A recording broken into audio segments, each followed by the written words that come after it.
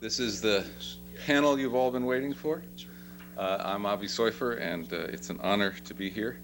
And I join the growing chorus, thanking Suzanne and Mark and all those who have participated in what has really been a remarkable get-together.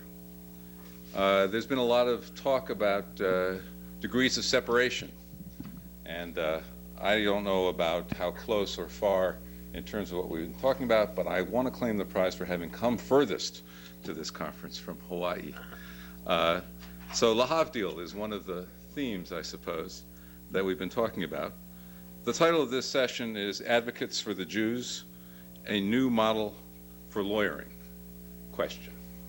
I don't think that's true-false. I think it's multiple choice. And we have some wonderful advocates for the Jews who are going to discuss this matter. They truly need no introduction, so I'm not going to give them any. You know who they are. It's in your program.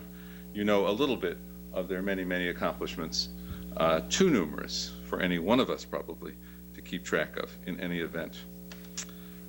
We have talked about intermediaries and about boundaries and about leaders.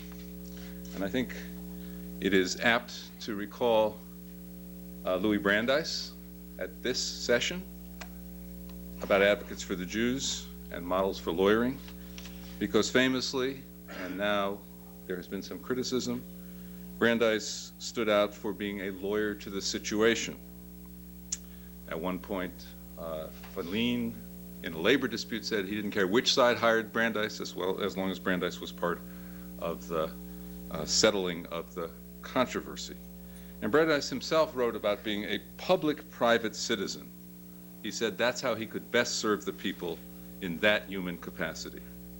Well, it's hard to keep separate public and private sometimes, but we have public-private citizens who are also private-public citizens as our panelists today.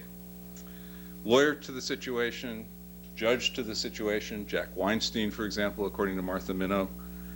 Intermediary to the situation, perhaps prophet to the situation.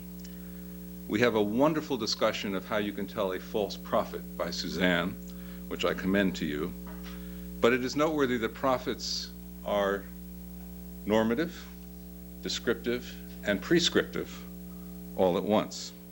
Some would say, if they are listened to, we might even hasten the coming of the Mashiach or of our redemption. I don't want to claim these are prophets, but they are certainly machers to the situation. And so we're going to start out of alphabetical order because Stuart Eisenstadt has to go early with Stuart Eisenstadt. We have a different format, which is we're going to ask them to speak very briefly and then open it up for comments from the other panelists and from you, and then go on to the next. So, Stuart Eisenstadt.